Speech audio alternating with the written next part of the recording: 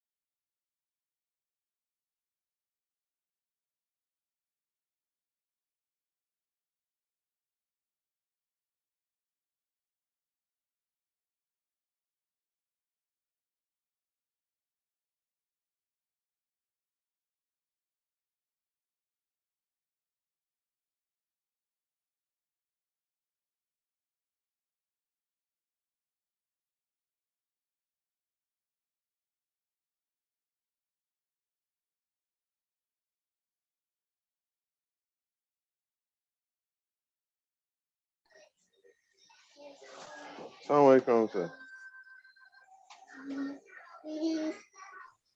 Wa alaikum assalam wa rahmatullahi wa barakatuh. Okay, so it's 9 a.m. now. 5 attendees and 6 panelists.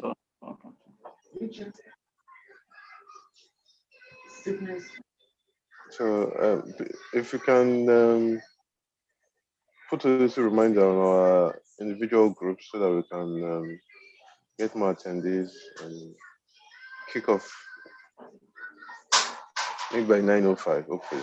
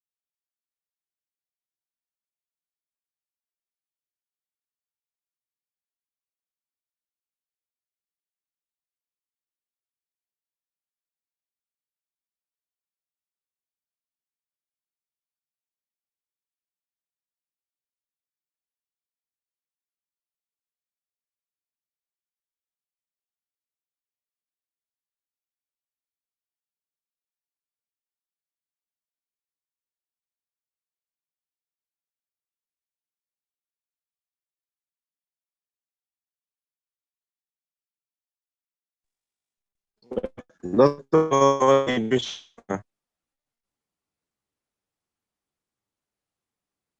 hello. Yes, Assalamu sir. Okay. In case we don't have the LME on ground, maybe you can call on Engineer Abdulmumin Ibrahim to do the Quran recitation. Yeah, I've briefed him.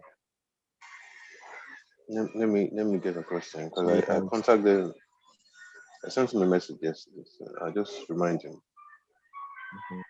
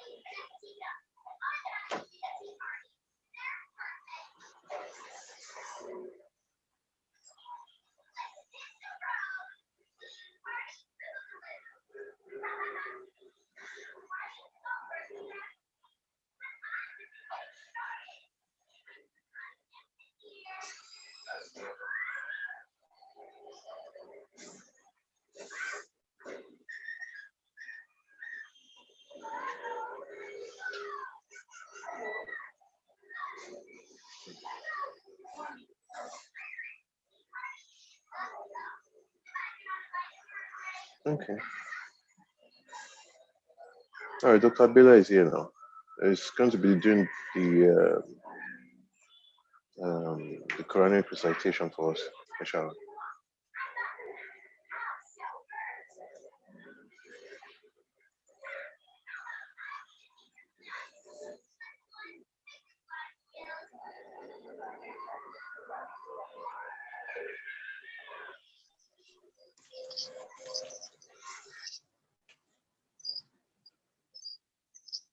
Assalamualaikum. Well, excellent. Can I go ahead now?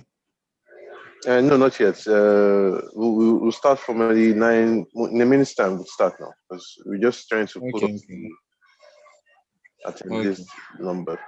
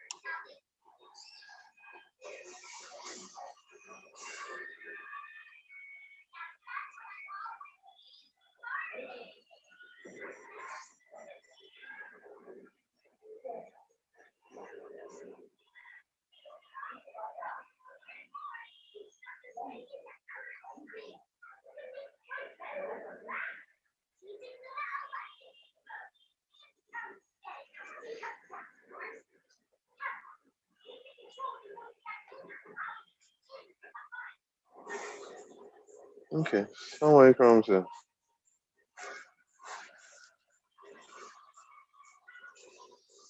Assalamu alaikum, sir. Alaikum salam. All right, so it's 9:06 now. So inshallah, would start off. A'udhu billahi minash shaitanir rajim. Bismillahir rahmanir rahim. So on behalf of the Lagos State University Muslim Engineering Graduates Association, that's the last mega,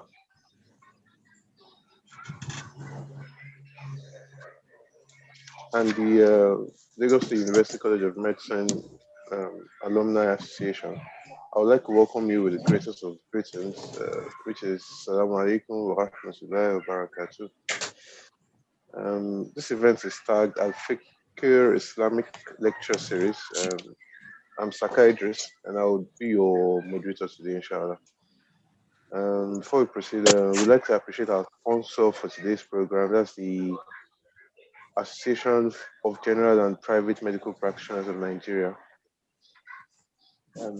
I Care Medical Consults as well. So, I'm pleased to introduce to you Dr. Abiola, who will be giving us a short recitation from the glorious Quran. Bismillah, Dr. Abiola, please. Okay. أعوذ بالله من الشيطان الرجيم فأعرض عمن تولى عن ذكرنا ولم يرد إلا الحياة الدنيا ذلك مبلغهم من العلم إن ربك هو أعلم بمن ضل عن سبيله وهو أعلم بمن اهتدى. I seek refuge with Allah from Shaitan the accursed. Therefore turn aside from him who turns his back upon our reminder and does not desire anything but this world's life. That is their goal of knowledge. Surely your Lord knows best him who goes astray from his path, and he knows best him who follows the right direction. Allah has spoken the truth.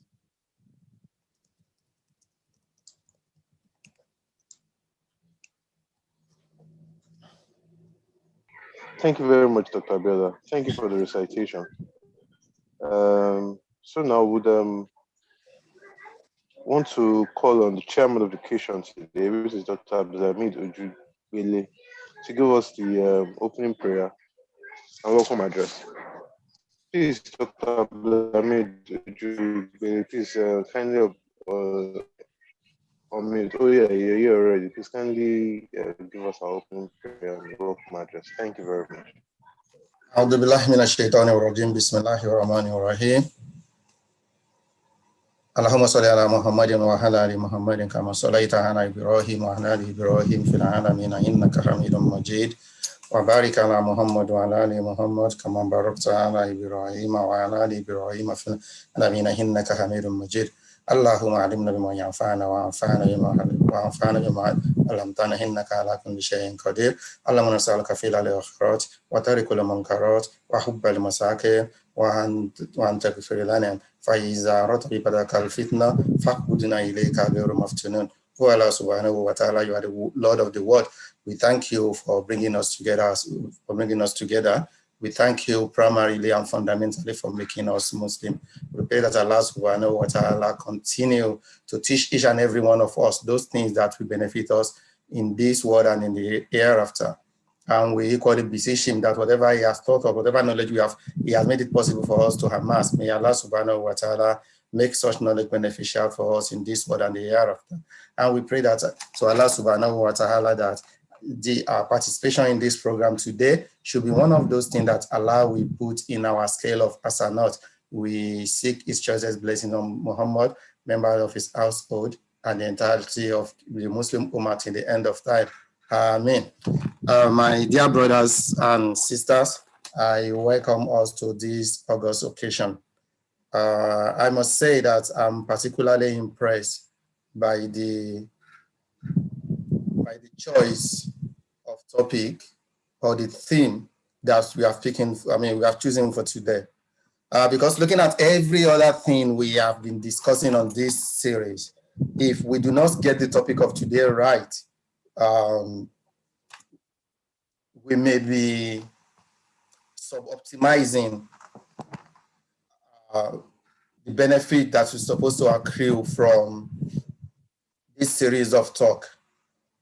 Let me start here by saying that the topic of today borders on one aspect of our existence, and that is the concept of the Muslim personality.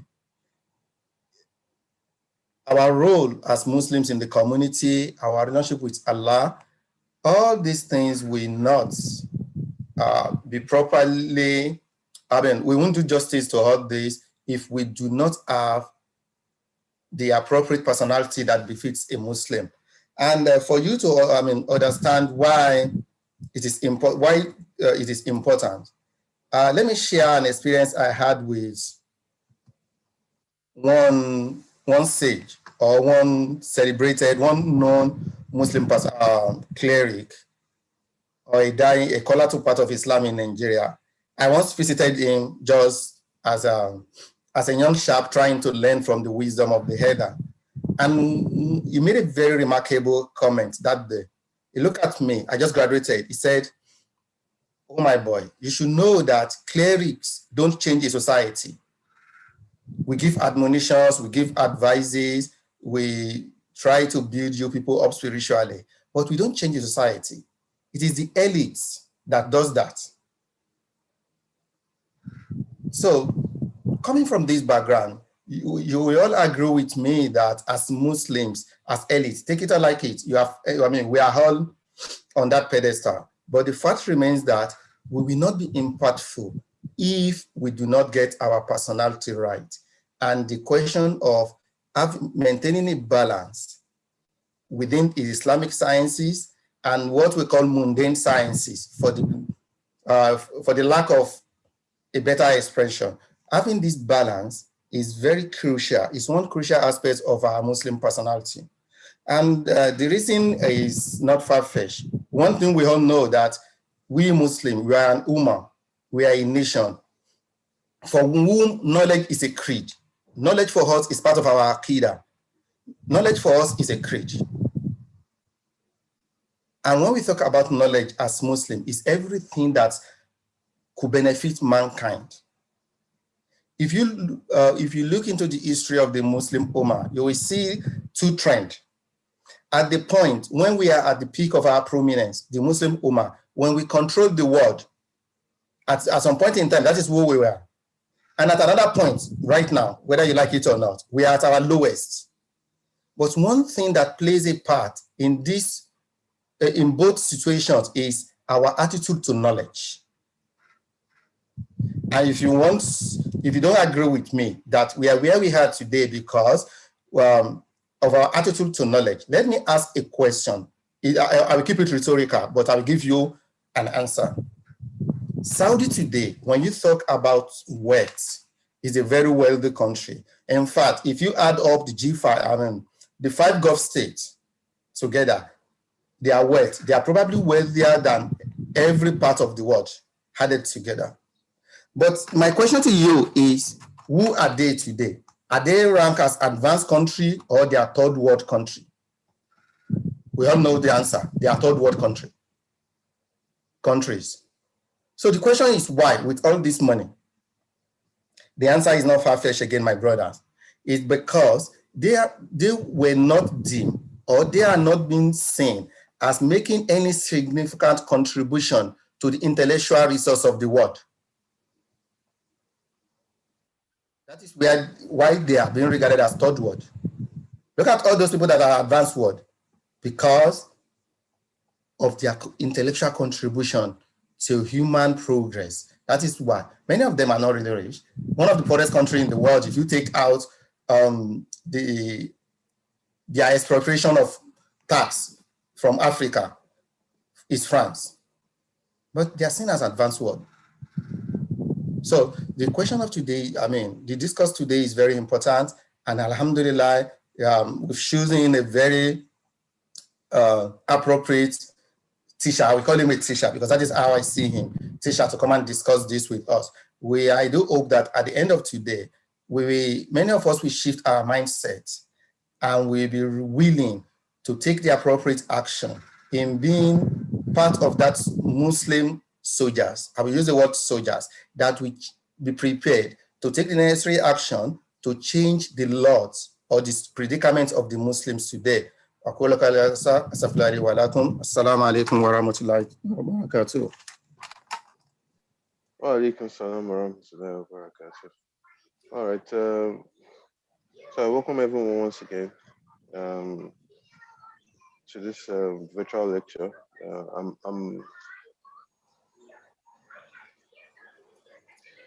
I'm honored now to welcome our guest speakers on this occasion. Must I remind you, today's webinar is the 9th lecture series, and the topic this morning will be striking the balance between Islamic and Western knowledge, and this will be discussed by our erudite scholar who has joined us now as Ustaz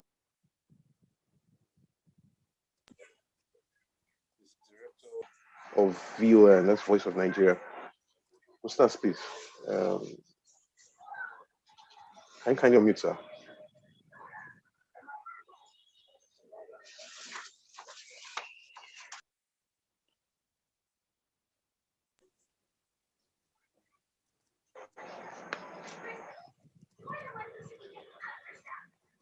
Please, is Ustaz here with us, please? Yes, he is. You are almost. Are you hearing me now? Yes, sir. We can hear Yes, you, sir. sir. We're hearing you, Welcome, sir. Alhamdulillah.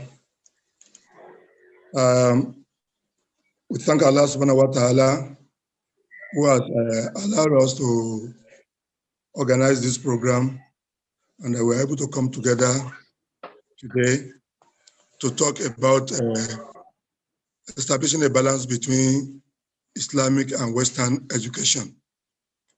First, I want to start by explaining education. I've broken down the topic into about 8 units or 7 units, then the conclusion, so that we can quickly wrap up on them. The first is the introduction, education. And I noted that education is about learning and seeking knowledge. Education is about learning and seeking knowledge. When you are educated, it means you know, or it is assumed that you know. Where I come from, when we were growing up, there was only one man who had a PhD. He was the only one who had a PhD. As a result, our parents used to call him Ojogbon. He was the only Ojogbon in town. Anytime there was a meeting and he was present, whatever they were discussing, the man would sit down there across his leg and be watching. The moment everybody had finished talking, then the chairman would say, Ejeki Ojogbon dasi. That is, let the man of wisdom, the man with knowledge. Let the man with knowledge make his own contribution. And whatever he contributed then was final. His words were final. Nobody ever disputed with him. Nobody asked him, why do you say this? In my young age, it was only once I can recall that somebody disputed with him at the meeting. Knowledge conferred on him wisdom. Knowledge conferred on him opportunity. Knowledge conferred on him the right to take decisions. So this is what knowledge brings. Knowledge is education.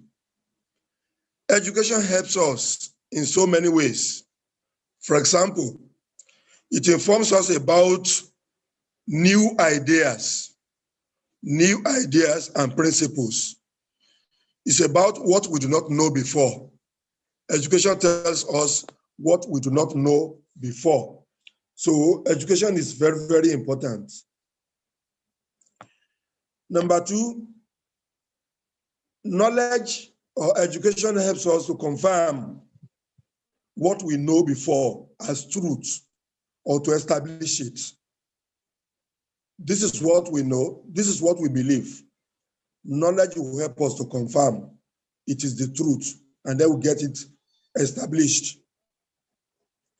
Number three, knowledge will help us to reform our thoughts, our understanding, and the processes we are used to following. Knowledge will help us to reform. That is the third thing. The fourth thing is knowledge can help us to jettison old belief, something we hold to ourselves, something we hold as sacrosanct. Take, for example, those days, we used to believe that we used to have people we call Ogbanje, Abiku, children who die and come back. And it was widespread. In fact, I used to think that it was a matter of the Yorubas alone, until I read things fall apart. And I found that even in the East, they had that belief. In the North, they had that belief. But today, that belief is gradually dying. Why? Knowledge has helped us to understand that it is not those children that have problem. Sometimes our problem has to do with knowledge, and that's where we have problem. So knowledge has come to help us to jettison that belief. Now, let me move to the second segment of my preparation. That is between Islam and Western education. Before Islam took roots, we used to have people who are devoted to seeking education, seeking knowledge. And this was very, very common among the Greeks. They were the people of knowledge. But their area was more about the theories of philosophy, ideas and principles. That was what they focused, what they paid attention to. Because that time, what was called methodical calculation was absent. But when Islam came on stage, Islam took from them knowledge and then introduced what we now call methodical calculation. In this methodical calculation, we can follow up things, we can bring about linking issues. In methodical calculation, we can conduct researches that has to do with numbers. So Islam used methodical calculation. It was this methodical calculation that gave birth to science. It was what gave birth to science. And we all know the all importance of science today. From science, we have invented so many things. We have broken through so many other things. So Islam, when it took over knowledge, it became the leader, the pioneer inventor, the people who discovered so many things, algorithm, medicine, flying, so many of these started with the Muslims. When the Muslims took over knowledge, we must understand two major issues were the focus of the Muslim leaders. Number one, the first focus was the concern for Muslim, how to make life and living very easy. How to make life and living very easy. This has to do with getting curing people, introducing better ways of living, and then bringing about how to move about, understanding the wind, and so on and so forth. Number 2 was how to perfect Ibadah in all circumstances. Wherever a Muslim may find himself, how would he perfect his Ibadah? This was very, very important. And they continued along that line to perfect the Ibadah. For example, how will you know the Qibla if you find yourself in the bush, in the desert? And that Qibla, by the time you know the Qibla, you are also able to guide yourself in the direction of your movement. These were the focus of the Muslims. After the demise, when the Muslims came down and the West took over from the Muslims, at that point, the focus of education changed. It changed completely. One, the concern of the West was commercialization. Their concern was how to commercialize education. While Islam has put it at the realm of everybody, West commercialized it and then made it an affair of the rich. Only those who had money could afford knowledge, and this was a big problem. So the West took over again when the Muslims left the stage of power. In an attempt to take over, they destroyed Muslim libraries, killed Muslim investors, and did so many things, very, very abominable. We read in one of the books written by Ismail Farouki, telling us how the Franks, that's part of the Crusaders, behaved when they entered a Muslim territory and they met 2 people who were sick. This is just to let you know how advanced the Muslims were at that time.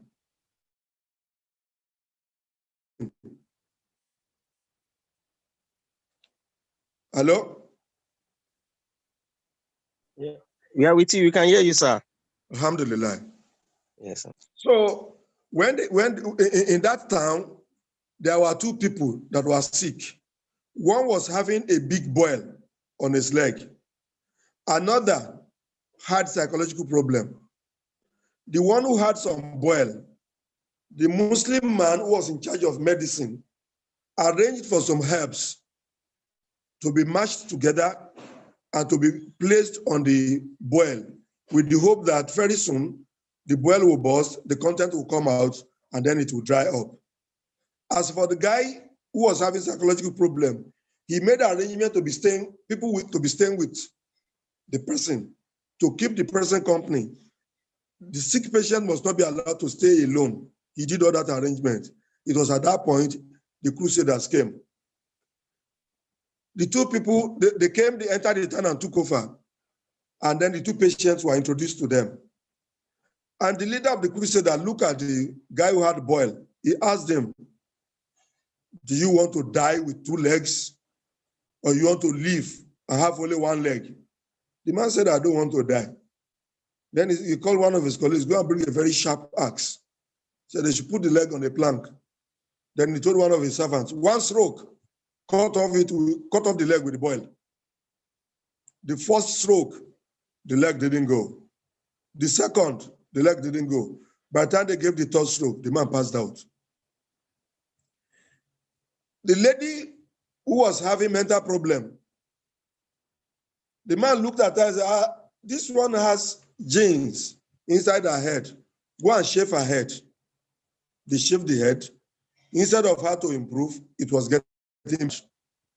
Then they thought of, okay, shave the skin, covering the skull, and rub pepper so that the skin, the genes there, the demons there will find it difficult to live. They will come out. By the time they shaved, they removed the skin, covering the skull, and put pepper. The woman also died. That's to tell you that Muslims had advanced so well before the coming of the Crusaders or the Christians. Islam honors education so much That's why the Quran asks you, can you compare those who know and those who do not know? In so many verses, the Quran will tell you, do you not think? Do you not ruminate? Islam is challenging us. If you look at the life of a Muslim, it is difficult to practice without knowledge. Like I said earlier, how do you decide the Qibla with precision? How do you divide the inheritance? In fact, it was the effort on inheritance that gave birth to an algorithm, because you had so many fractional divisions. That's why the Prophet ﷺ said, we must seek knowledge, even if it's going to be as far as China. And if you know that time, if you study history, to the Arabs, China was the most distant place, the most distant land, which means that you can travel as far as necessary for you to seek knowledge. The Prophet ﷺ again says, knowledge or education is the lost property of a Muslim. Wherever he sees it, he grabs it. So Islam places a lot of emphasis on knowledge. And that's why the Muslims of the past came up early to make inventions, and they led the world practically. Now, let us move to the fourth segment, and that is the real issue about your topic, balance between Islam and modern education. I use the word modern education because from what I've explained earlier, it's not practically acceptable to me to call what we call modern education today Western education. Islam gave birth to it. It belongs to Islam. Islam owns it, and Islam nurtured it. The only difference with what we are doing and what the Muslims did then was that we have commercialized it in such a way that the poor will no longer have access to it. Number two, we have removed the urge to use knowledge to serve God. We have removed it. And that is modern education, modern knowledge. That's what we have. So that's why I didn't use the word between Islam and Western education. Now, this one, I'm looking at it from two perspectives. The first one is creating a rapprochement between Islam and modern education. It's creating a rapprochement between Islam and modern education. In that, in brief, I propose that because education has largely become commercialized, it's our duty as Muslims to now reinvent education in such a way that it can become the property of everybody. In essence, the poor must have unhindered access to knowledge. To achieve that, we must establish schools. We must establish schools that will bring knowledge to everybody. We must establish schools that will bring knowledge to everybody. As it is presently, the schools we still have, even the private schools established by Muslims, are not easily accessible to poor people. We must see how we can bring education to more and more people. It's our duty. Then we must standardize our madrasa to award nationally recognized certificates, OND, HND, BSc, NCE, and so on and so forth. We must establish our schools in such a way that they can have such certificates. You will recall that the early students of the madrasa, their certificates were useless. They could not use them. Why? They were not recognized. That was why that time in the north, the late Sardana Sokoto, Ahmadu Bello, now made ABU and BUK to accept those certificates, and the students will enter do 1 year, and then they have OND, and with that OND, they became qualified to enter university and study. To enter university and study. That was how it happened. But today, when we have madrasa, why can't we make it to be degree awarding? Because of the cost, we can start with OND. Anybody who has come to our school to study, by the time he is going, he has an HND, he has an OND, he has NCE. Once it's nationally and legally recognized, with that, we can ensure that from that madrasa, the child will be able to go further. But if we continue to have madrasa where the child cannot go further, it is a problem. Lastly on that, I want to say that we must create employment opportunities in 2 ways. Number 1, we must make students of madrasa employable through the skills they gain in our schools. Through the skills they gain in our schools. Somebody who is studying Arabic and Islamic studies in our school can still have an opportunity, for example, to learn computer and have a diploma certificate, introduction to IT, introduction to web designing, program planning, and so on and so forth. We can include that. You can include something like voice training. Voice training. All these have become very, very important today. I am a journalist. I never had voice training. So you cannot see me on air broadcasting. I only write and do small reports. People who have voice training today, they are doing better. So these are skills. We can introduce art skills to what our children acquire from the madrasa. This is also very, very important.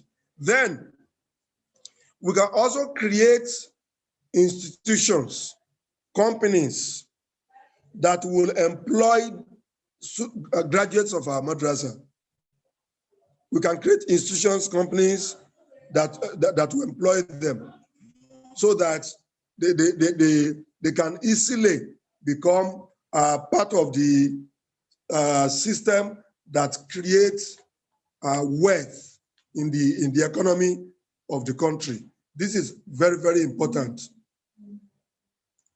Number 5 of my proposal is the second leg of what I've just mentioned, that is between Islam and modern education. This second leg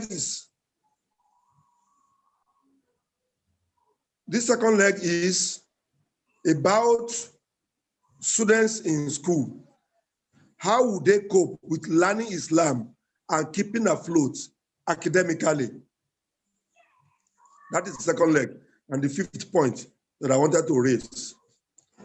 Let me first assert that as Muslims, we need record breakers, that is, students leading in all their fields. We need Muslims to lead in all their fields. This is very, very important for us. We don't want them just to go in and just be coming up with pass or third class. No, we want our students to be on top. We want them to be leading. This is very, very important. We want them to be the ones that will command the class. And for them to be able to do this, they must have ample time. They must have ample time to study, to research, to go to the library, and to do so many things that will make them ahead of their peers academically. In doing this, one thing we must learn is that the most important thing in achieving that balance is what we call time planning. Time planning. As Muslims, we must be given to time. You have time to observe Salat. From Subhi to Isha is about time planning. You must be able to manage yourself in such a way that there is nothing that will prevent you from using your free time to study Islam. While you are in school, while you are in the university, we have been there also. We know that it's not all your hour, all your minutes, all your seconds you are spent in the class or the library. No. We have ample time if we manage our times very well. Since our faith, Islam, urges us to learn, then it's very, very important. You should also understand that the pervading environment wants to suppress you, even oppress you, for that matter. Not because you are not good, but because they don't like seeing you with your beard, with your hijab. They may want to suppress you or even oppress you, but you must not be scared. Despite that, in all this, the most important is how to plan. You must create a balance. You must learn. There's what I call fill in the gap. Fill in the gap. That's when you manage your time. I'm coming to that. We must learn in the academic. What we learn in the academic class may also be of use in learning about Islam. So that's why I'm laying emphasis. I'm laying emphasis on time management. And the issue of time management is my 6th point. There's no way you can create a balance unless you're able to manage your time. You must manage your time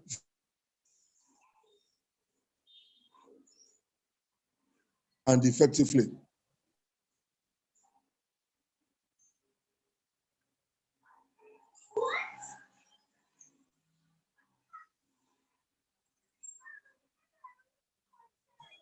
What I want to use is in the class for 2 hours.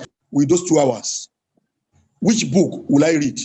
Which one was I reading that I have not concluded? Which one will help me? Or am I going to listen? Am I going to listen to a lecture? Maybe a Muslim program is going on where I know I can improve my knowledge. I want to go there. Or maybe you have a video to watch that will teach you more about Islam. Number 2, use your handsets more for learning about Islam instead of entertainment. Today, we all get addicted to our handsets. We can hardly do anything without the handsets, the phone we carry about. But for so many people, that phone itself is an albatross. It's a big problem for them. We do so many irrelevant things. So it's very important that you use for the things that will teach Islam instead of entertainment. So when I say fill in the gap, for example, you can be in the class, you are waiting for your lecturer. The lecturer has not come, he is late, or even if he refused to come at all. What do you use the period for? You join others, chatting, making noise in the class? No, that is not right. Use that period. You read your Quran, you memorize, you read Islamic literature. You can do so many things within that period, and you see that you are advancing, you are getting it better. Keep a library of your own, no matter how small. When you talk of a library, it doesn't have to be a very big place. It can be a small table, a small space in your box, where you have books that you can pick at any time and read and enjoy yourself. These are practical steps that we must take. But in achieving this balance and time management, we have challenges. I want to name 4 of those challenges as I've noted here. If others come, I mention them. The first problem we have today is that we are no longer in the age of reading. We are now in the age of watching. Just like I said earlier, is our phone. Those days, the telephone was meant for calling only. Today, it has displaced the post office. It has displaced the television even, the radio. The phone is taking the place of everything. So we carry it about. If you have phone in your hand, there's nothing you cannot do. So people want to watch, they don't want to read. That's problem number one. Problem number two, students of today are more inclined to sensual issues rather than academic. They prefer emotional attachment to sensual issues. Things that talk about boy and girls. Things that talk about sex. These are the kind of things they pay attention to. They listen to music, lyric music that only talk about things that do not benefit them. The third point is that despite the fact that you are attached to watching, each time you watch, you become less concerned about the lessons of the things you watch. I've delivered lecture in so many places where I ask the children, you have watched this and this and these films. Now tell me, what are the lessons? They were all looking blank. They never thought about lessons, but they could recall about the entertainment. He slapped him there. Everybody laughed at him. He cut his head. Things like that. Those are the things they remember. There can be a whole film. The lesson you take from that film is anger. Don't be angry. They don't see it. The only thing they see there is where they are fighting, and that's what they enjoy. It is the fight. They see somebody portrayed as a hypocrite in a film. They see his hand like Bashorunga. They don't care about that. They only enjoy the entertainment there. The fourth problem is that we now devote too much time to the social media. It is consuming everything. And unfortunately, we chat, we video call, we discuss, we do so many things that add no value to our lives.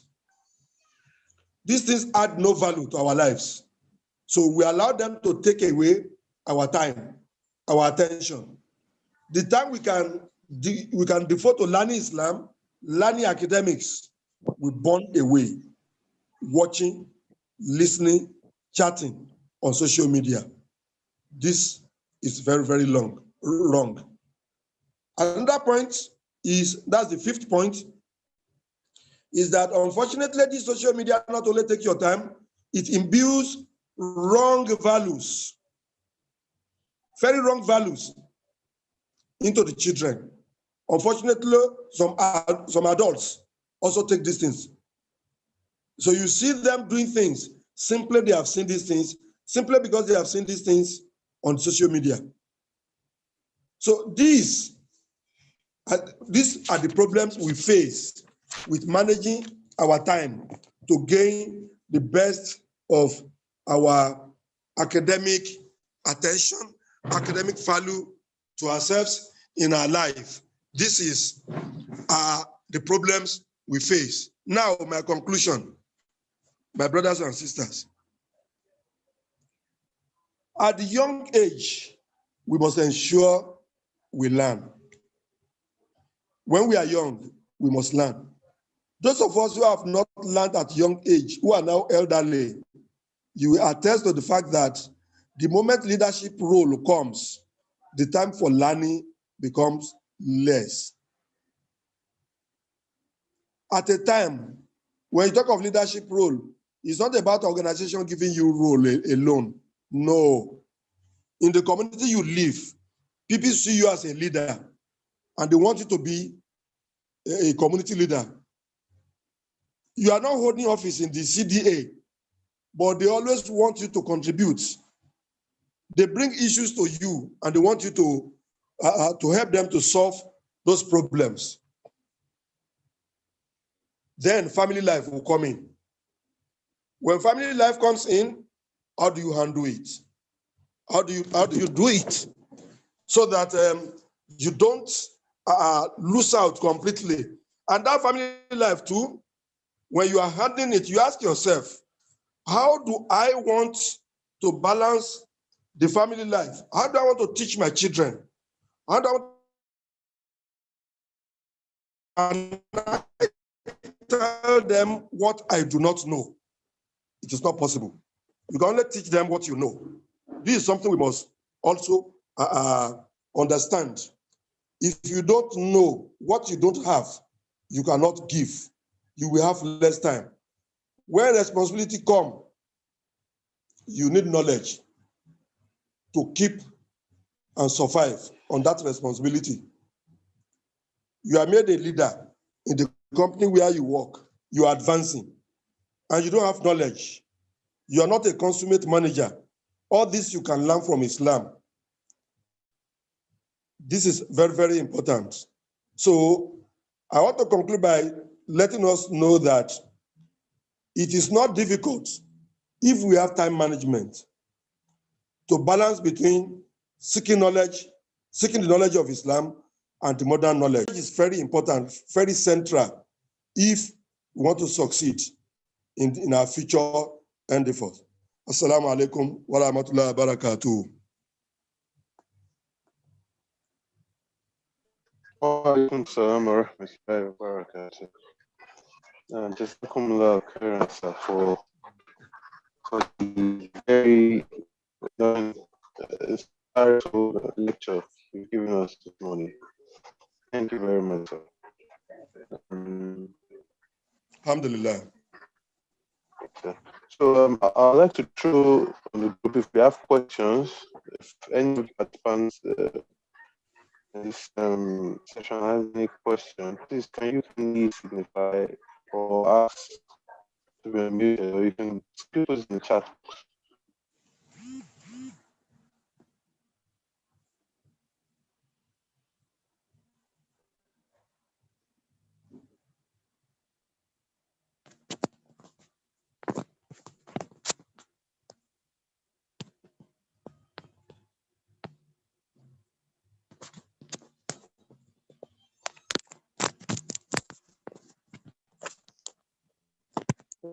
Live tó sọ iṣẹ́ kọ́ ló sọ sí ni ṣe bó sọ ó sọ ohun àti ọ̀pọ̀ ẹ̀ lọ́jọ́ ń sọ ó lè hello. Hello.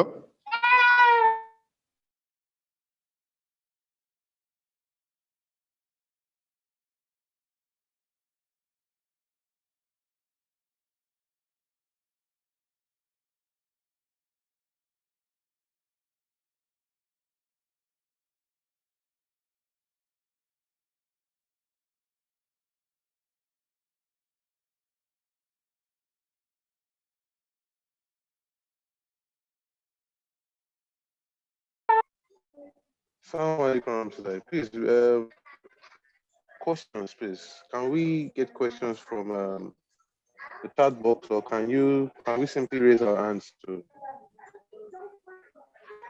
for the questions?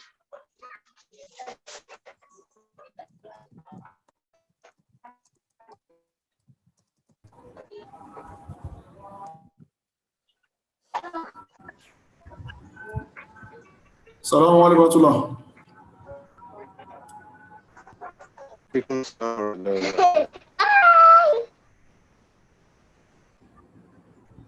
Hello. Yes, we can hear you.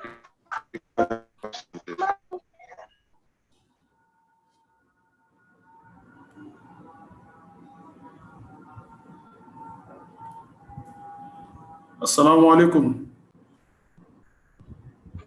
Alaikum salam. Can I go on? Yes, please. Yes, you can go on. We thank our Ustaz Abu for the wonderful lecture just delivered now. I really enjoyed the lecture, and I also thank the organizer. My own question is this. We have read so many books from our ustaz and other authors they have actually benefited many of us so much in many ways. But based on the lecture just delivered now, I quite agreed with our honorable lecturer that education has been commercialized. Also, I want to also notice, I also noticed that my question is this. I also noticed that in Nigeria, we have so many prominent people who have achieved so much. You are one of them as our lecturer. But in our society, their name, apart from within our circle, maybe you talk about MSS, TMC, but when we go to the larger society, their name is not well pronounced. So this is first question. We cannot say the Muslim have not achieved, but their name is not well pronounced in society. So can we, what could have been the problem? This first question. The second question is, many young people, we don't have people that will take over from those who have done so much like you. I mean, we don't have a lot of mentees, or we don't have well-structured mentorship program that we actually, we have a lot of first class, second class, upper, we have so many of them around, but we don't have a well-structured mentorship and mentee programs. So how do we achieve this so that we can have the holistic approach to the topic of discussion? Okay, Alhamdulillah. I hope you are hearing me. Yes, sir. Okay. When it comes to our leaders who have achieved so much in places and they are not very popular, well, the first challenge we have is that we continue to work and do our best. In our places of work, we set records and people appreciate that. The second aspect to it is also an issue bordering on education. What makes you popular? In most cases, it's the media. We don't own them. We don't own them. And the Yoruba will say, if you give the hoe oko to the madman, he will pull the land towards himself. That is reality. We don't own the means to publicity. We don't. But thank God of recent, we have some of us working there. We don't own them. We are just working. It's quite different. It's quite different. So we need Muslims in all fields. We need Muslims in all fields. Number two, in whichever field you find yourself, please try to stand out. Even if you are not known on the national page immediately, one day issues will come up there and they will say, look at that man. This is what he is. Take, for example, Professor Isaac Oloyede was an actor at University of Ilorin because he stood out. From there, he has been able to emerge on the national level and he is doing well. So that's the reality that we must face. I mean, Allah subhanahu wa ta'ala make it easy for us. Now, when it comes to mentoring, well, I think the problem is that we don't have a well-structured mentoring system in place. That is to say, only one. But as individuals, I know a lot of people doing mentoring for others. And I also do. A lot of students come to me, they discuss with me, they tell me, I want you to be my mentor, and then we continue talking, guiding them. But of recent, I know brothers and sisters who are establishing counseling centers where people can learn, where people can go to whatever challenge, and then they can discuss and move on better. A third question is, somebody wrote that we have Muslims establishing schools that are quite very, very close to themselves. And the schools are not of standard. Yeah, this is a big problem. I would advise that Muslims who live around that place must move closer to them, discuss together, and let us see how we can bring them together. That is very, very important. How can we merge these schools so that they can have standard? It's our duty. It's something all of us should be doing. I've tried one or two occasions, although success has been very, very limited. Very, very limited. Because they all want to be the CEO of their school. But we have had a few cases where we're able to achieve merger. Wallahu alam. Then another question says that those who go to confessional Arabic school, that the means of communication, maybe because they studied only Arabic, is an albatross for recognizing them nationally. Yes, that is correct. That's why we say those madrasas should be modified. Introduce English. Nothing forbids it. Let them learn English. Let them learn it. I think, if I recall very well, I mentioned Professor Loede the other time. You may be surprised that he did not go to our own confessional secondary school. And his colleagues, he was a first-class student. So we can teach them, guide them to introduce English in the school so that much as they speak their Arabic fluently, English is a minor which they carry along. So that when they get to the public, they can speak in English. We have so many of our colleagues who specialize in Arabic and are today working in national institutions because they can speak English very well. Wallahu alam.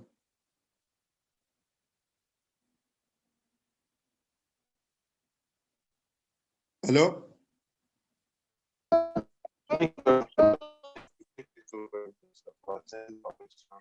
Am I reaching you? Oh, yes, sir. Yes, sir. You're reaching us, sir. Yes, sir. Hello, sir. Hello? I'm Yes, not sir. hearing you. I can hear you, sir. Okay, so what's the next question? I think We have concluded. questions for now. I don't. Yes, sir. Yes, sir. We are out of questions for now. We've concluded on the questions part. Okay, Thank you very much, sir, I'm very grateful. for your lectures, for this impact you made on us, and hopefully, inshallah, we'll put this into consideration and we'll work on being better Muslims and Inshallah. we can improve based on this lecture you've given us, inshallah. Thank you so very much, sir. We appreciate you, sir. Assalamu alaikum. So, I'd like to thank today's sponsors, sponsors for today's lecture.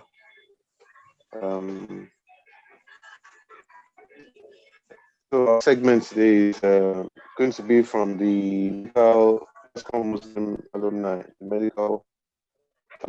and it's going to be on health tips. It's going to be given by Dr. Zaid Hamza. This will be done in 10 minutes. Dr. Zaid Hamza, please, are you here? Assalamu alaikum. Hello? Assalamu alaikum.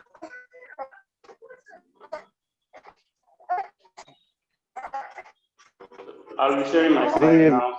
I can hear you. Good.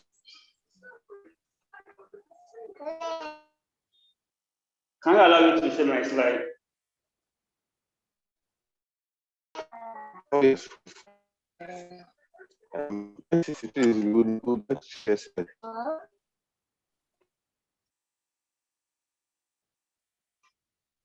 What do you say?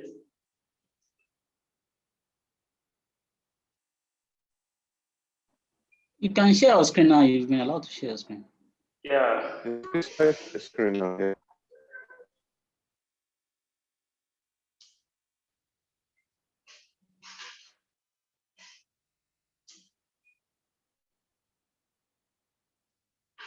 Can you see the screen? Okay. Hello. Can you say it, please? It's visible, yes, it's visible. So I can go ahead. Yes. Yeah.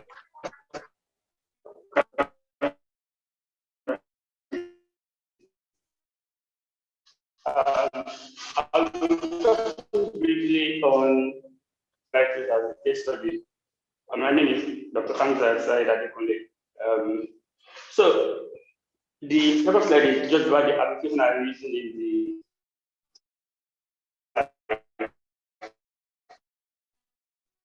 you can go through them. I'm going to be referring to most of early. So there are 4 leading non-communicable diseases presently, and there are factors. There is factors that are kind of interwoven, which are tobacco, harmful use of alcohol, diet, and physical inactivity. And when we look at these things, they eventually lead to metabolic and physiological changes. Those are red blood pressure and overweight, obesity, and higher cholesterol levels in our blood. So when we talk about diabetes is a group of metabolic disorder characterized by high blood in our sugar called hyperglycemia, which is actually due to defective insulin secretion, action, or both of them. So when we talk about the deficit of insulin, maybe secretion, absent, or both. So that's how we can classify the diabetes of type 1, type 2, and gestational diabetes. In type 1 diabetes, it's actually that the insulin is not present in the body, and the age of onset is only below 30 years of age. But in type 2, the insulin will be present but unable to drive in the required glucose into the cell to produce the energy needed. Well, thereby leaving excess glucose in the blood. And the third one is gestational diabetes, which usually happens during pregnancy. So the risk factors could be modifiable and non-modifiable. So the non-modifiable risk factors are the ones that we cannot control. Like somebody with first degree family of diabetes, maybe the mother, father, or siblings. Previous diabetes in pregnancy, that was in the gestational diabetes or advancing in age. Whereas the modifiable one are those ones we can control, like physical inactivity, lack of exercise, drugs like steroids, issue of excessive alcohol intake, issue of hypertension, being diagnosed or treated for abnormal cholesterol level. So can you hear me? So what are the signs and symptoms of diabetes mellitus? So most of the time, this disease we are talking about is asymptomatic, like meaning that you will not see any classical symptom in some people that have this disease. However, the most common one that you can see easily, that you can pick and go to the hospital to check yourself, is like you take a lot of water, take water frequently.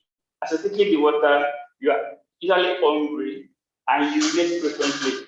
So when they progress, you see people with unnecessary weight loss, abdominal pain, they complain about their position, they don't see very well. When they have wound, any part of their body, the wound will reduce to pain. So these are the classical signs that you can see somebody and affect us to go to hospital to see doctor for check-up about diabetes mellitus. So why am I talking about diabetes mellitus as case study for these 4 non-communicable diseases? It was discovered that the number of people diagnosed with diabetes in our hospitals in Nigeria and worldwide are actually getting by accidental findings. So the number of patients with type 2 diabetes increased rapidly in both developing countries, basically because of our lifestyle. And you can see in 1985, 100 to 150 million people living with DM, and increased to 135 in 1995 and 1 million in 2000. And currently, about 425 million people in the world are living with diabetes mellitus. A total of about 60 million are living with diabetes in the African region.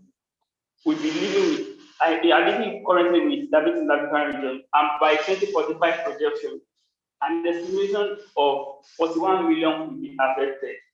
We can see that this is This is huge and it's not something we want to joke about. So in Nigeria and Lagos State, Nigeria is home to 4 million people living with diabetes and 6 of all DM cases in sub-Saharan Africa. In Lagos State, DM accounts for cases of all cases admitted into medical world, which means that in every 6 cases, in every case you admit in the medical world, you will always find 6 of them as a diabetes cases, and 6 of these cases result in death. Epidemic emergency remain a major cause of concern in Nigeria with DM. This is what, because they don't know that they are diabetes, they have diabetes until they have this crisis of high blood sugar that is beyond control before they come to hospital. And this has led to high fatality in Nigeria hospital. There are complications that are related to diabetes. Talk of any part of our body, the kidney, the heart, the cardiovascular system, our musculoskeletal system. There are a lot of them. I will share this session and just read all these complications eventually. So how do we diagnose that diabetes mellitus? There are 4 ways you can do. You can do random blood sugar, fasting, oral glucose tolerance, and glycated hemoglobin. These are values that we can use to determine if you are diabetic or not. So what should we do? Generally, prevention is to get tested early. As a percent of DM is preventable, regular monitoring of blood glucose is of great benefit. Avoid sedentary lifestyle, refrain from excessive alcohol intake, or don't take alcohol at all. Do not indulge in smoking and abuse of drugs. Exercise has been proven to be one of the key things that we can use to control our blood sugar, because when we exercise our body, the muscle in our body will require glucose to build up energy. So that the insulin in our body will be able to open up the cells, and the energy, the cells will be able to absorb glucose and give us energy. And it's recommended that about 150 minutes of moderate intensity exercise is completed every week. That's about 30 minutes of exercise 5 times a week. So these are the form of exercise we can do. So benefits of exercise: achieving ideal weight control. It helps to fight cancer, strengthen bones and muscle, and reducing the risk of developing cardiovascular disease, hypertension, heart attack. Nutrition is one of the another important thing that we need to do, that we need to take note of when we are in the pre-diabetic stage or we are already diabetic. So when I talk about nutrition, there are a lot of things we have to consider about the kind of food we take. So benefits of nutrition, as outlined, you can read of that. So we talk about glycemic index. It's made of how quickly carbohydrate is digested and absorbed into the bloodstream after ingestion. This is a concept used. This concept is used in meal planning for people living with diabetes, and it's advisable to take food with lower GI, carbohydrate with lower GI, because when you are diabetic, you don't want to increase the blood sugar. So these are types of food you can take: the low to medium GI, wheat, unripe plantain, oats, brown rice, our local rice, water yam. So we need to avoid the low class with high GI. Those are sweet beverages, chocolates, honey, table sugar. We can take the middle class to medium if we don't have most of these low to medium GI, or when you discover that somebody is going to hypoglycemia. So these are the quantity of food that we need to take. Although management of diabetes is not something that you determine for everybody, it is something that, okay, you manage individual patients according to their needs. So people living with diabetes are advised to consume medium-sized carbohydrate portion regularly because of the amount of carbohydrate consumed has impact on GI. Vegetables contain mainly vitamins, minerals with high fiber, which aid digestion and reduce sugar absorption in the body, thereby reducing the GI. So WHO recommends that 25 to 35 grams of fiber daily, and this is equivalent to 3 to 5 servings of vegetables daily. So all food contains sugar and load of vitamins and minerals should be taken in required quantity as part of our healthy diet. This food pyramid, we should take fat and oil very, very little. If you don't have energy to take them, you need to take them in high quantity. These are the servings of, just explaining the food pyramid, what is take per as regards the servings of each of the food. So the take-home note: limit intake of food with high cholesterol, so egg yolk and organ meat. Avoid sugary food and sweets. Limit refined food. Ensure you eat food. No feasting, no fasting. You can't because you've not been eating and you now want to take all your food at home. Things like that. You have to know the quantity of food you take. Meal spaces should be between 4 to 5 hours apart. After eating, eat moderate size of food and regularly, especially carbohydrate portion. Avoid late lighting. Anything past 8, anything must eat, just reduce to a lower quantity compared to what you eat during the day.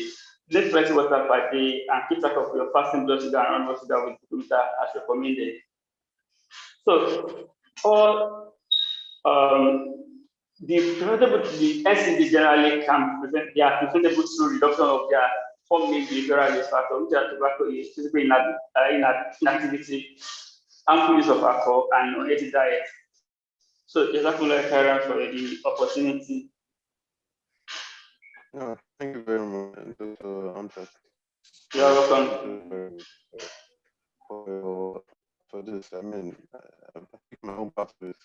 All right, so we'll move on to the technology tips, and we'll be having this from Engineer Kotem Lori. Please kindly unmute and proceed. Thank you very much. Assalamu alaikum.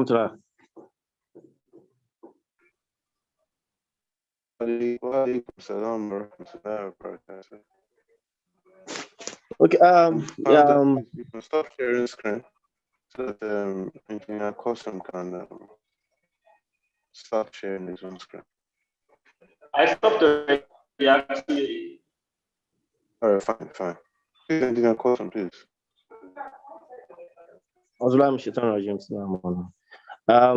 Talking about the technology tips, I want to briefly talk about computer shortcuts that could assist us and make work faster for us at home and in our various offices. And I also like to talk about computer and data security, how we can, secure our computer and also secure our data. So starting, firstly, I'd like to, though some of us know about this, but for those who are not aware, I'd like to share this.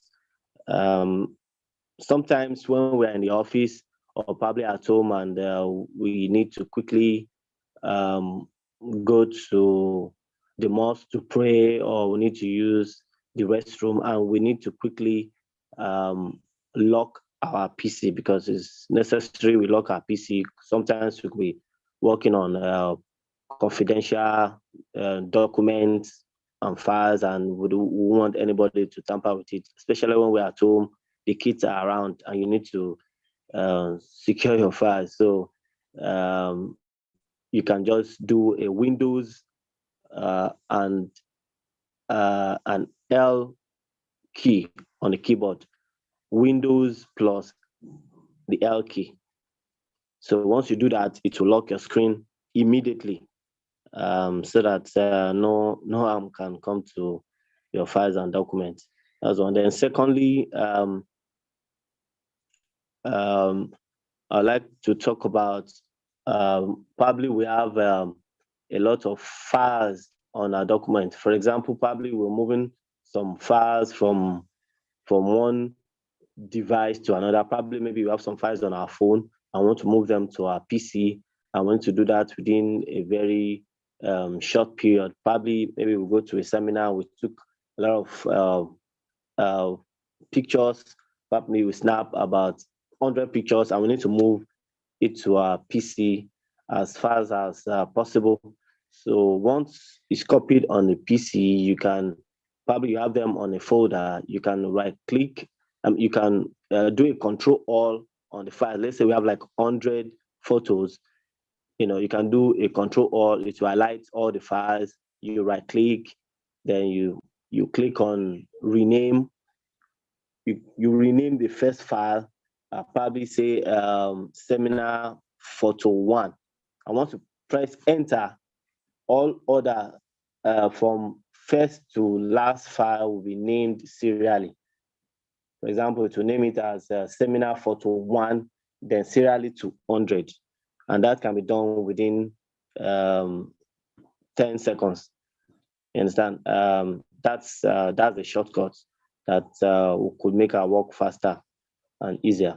And the third one is probably when you are working on a project, probably you are doing research, and you open your browser on your system when you are connected to the internet, then you have close to about 20 pages open, as in 20 tabs on your particular browser.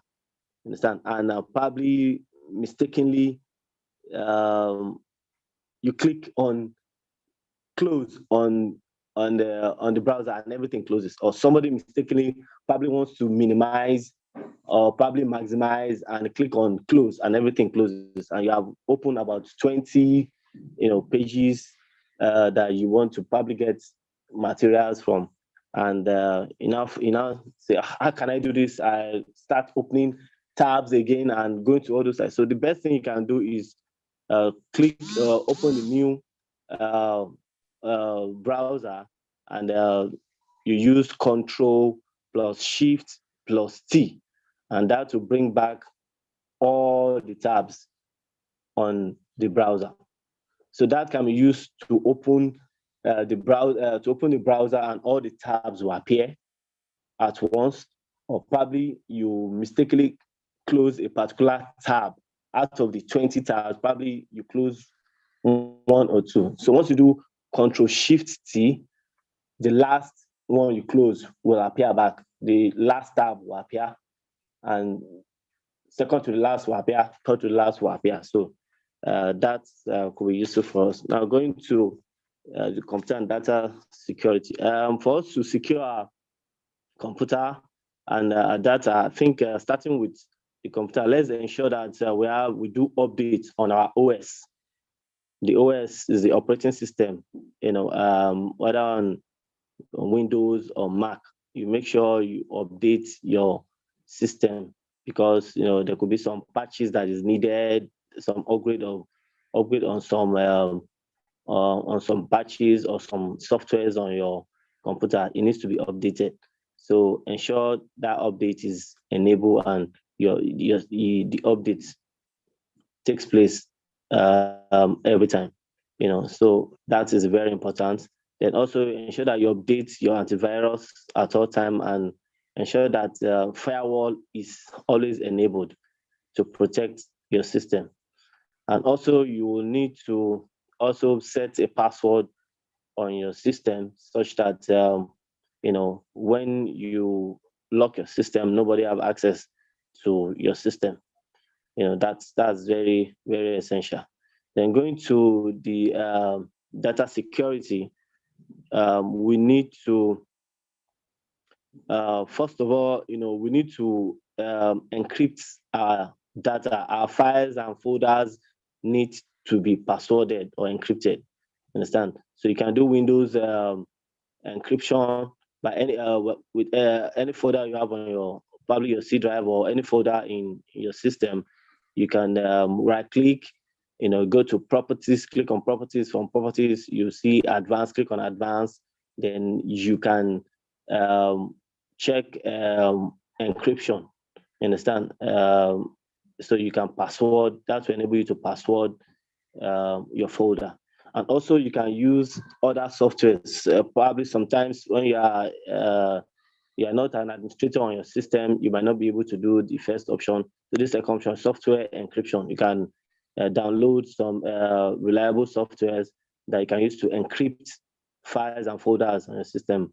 One of them is that I use very well is my logbox. So you can Google my logbox, download it, and use this. There's a trial, there's a free version, and there's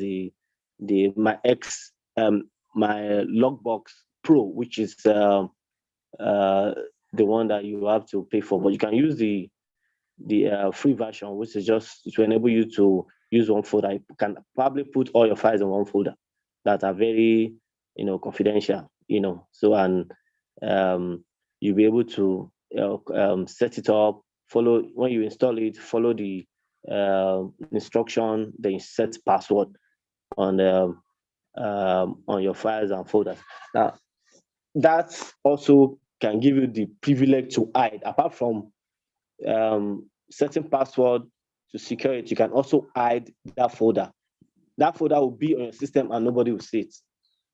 So it is only you when you launch the software and you put your password, that's when it will not be visible.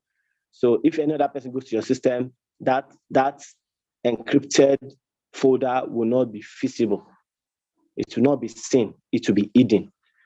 So that's that. Then also we need to do backup. We need to back up our files just to be sure that everything is secure. Sometimes system can crash. So it's always better you have backup of your files and folders. So you can back up. Can do offsite or offsite backup. You can back up your drive, external drive, your flash drive as a very important document. Then you can also back up on the cloud. You can do cloud backup. And some of those you can use Dropbox, you can use Google Drive, such that your files are on the cloud, so that anytime with using any system or any other device, you can access with your Google email, you can access your Google Drive and be able to get files, any files that has been kept there. So that's that. Then we'll move to strong password. You need to set strong password, alphanumeric. You use don't make your password to be very simple. Make it alphanumeric. Then also you need to, if you are in an office that you have a domain controller, probably you have a domain server, you need to, it will be set to change your password every 3 months. So it will prompt you to change your password. When it prompts you for that, ensure you change your password, and put something that you could always remember. Then also, we'll also like to talk about privacy on social media. We need to be careful the way we put out our information on social media. We have seen a lot of people that that have been affected with so much information put on the internet. Some armed robbers have attacked them because they put all their life on social media, where they are, where they go, where their husband is, where the wife is, and that people can take advantage of that. Even hackers can take advantage of that and be able to hack your system. And talking about hacking, we need to be careful. Also, we need to avoid phishing. What is phishing? We need to be very careful when we go to different sites. Let's ensure that we go to a secure sites that are with HTTPS, not just HTTP. Let it be HTTPS. Most of the sites you want to go to get information, let them be secured sites. Phishing is when you see a mail from someone asking you about your bank details. What they do is they masquerade a particular bank or particular organization and ask for your bank details. When they capture this, they go in behind and log into your account, or you're using your personal details to get to swap to get your money out of your account. I've seen this has happened to so many people, and we don't want to be victim of this. So hackers, and criminals find it difficult to masquerade secure sites. That's why it is better to go to HTTP sites. Then lastly, talking about ransomware, we need to be careful not to click on any attachment that is sent to us. We need to know the source and where it's coming from, because hackers use this opportunity to lock your system. And because once you click on the attachment, your system is locked. You cannot access it, and they will now, ask you for money, ransom, to be able to release your system for you to log in. So it's something that we need to be careful of. We need to, secure our computer just like we try to secure ourselves. Thank you so very much. Well, thank you very much for everything you've taught us this morning. I'm sure they're very, very useful. I mean, I tried the first trick, which was Control L. Sorry, Windows L, and yeah, it worked for me. And then there was a question on the chat that how do we unlock the PC afterwards? Well, simply, I think I'm a computer person now. I'll give the answer. You just put your password backwards and your PC is unlocked. So yeah. Thank you very much, Engineer Kosemilari. So I'd like to recognize the presidents and coordinators of collaborating organizations, alumni organizations. That's LASUMEGA and LMA. For the LASUCOM Muslim alumni, we have Dr. Ismail Kamaldin. And then for the LASU Muslim Engineering alumni, we have Alaji Abdul Ghani Jawando. Please, if you permit me all to call on Dr. Ismail Kamaldin to give us a vote of thanks for today. Dr. Ismail.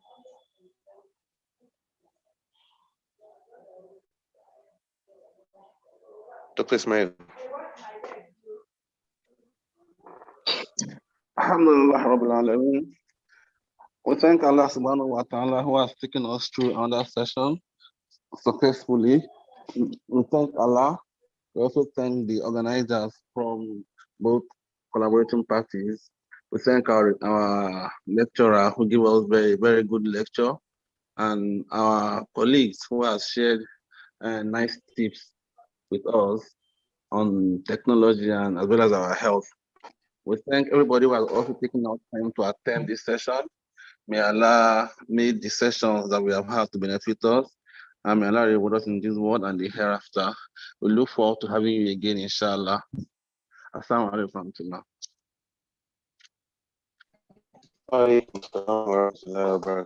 Thank you very much, Dr. Ismail. So I'd like to hand over to Dr. Barundi. He's going to give us our closing dua for today to end up this session. Dr. Abdullah.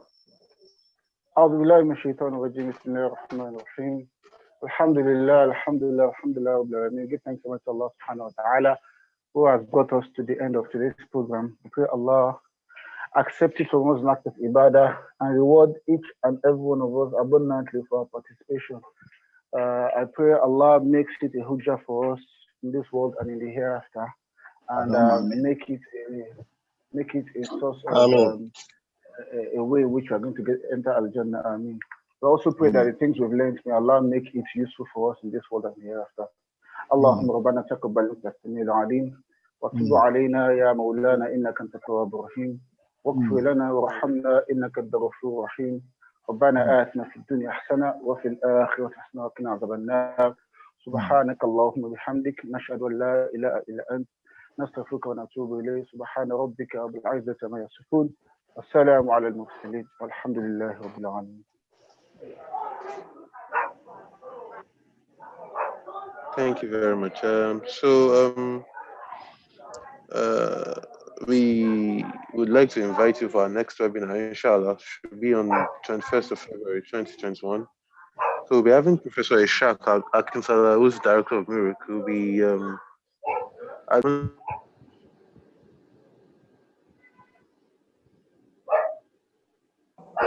he'll be admonishing us on current affairs for Muslim professionals. So till then, so I hope you enjoyed today's webinar. I did. I learned a lot of things. I have a lot of things to think about after this, and I hope we all had something to pick and then ruminate about. So thank you very much, everybody. Assalamu alaikum wa rahmatullahi wa barakatuh. Wa alaikum assalam wa rahmatullahi wa barakatuh.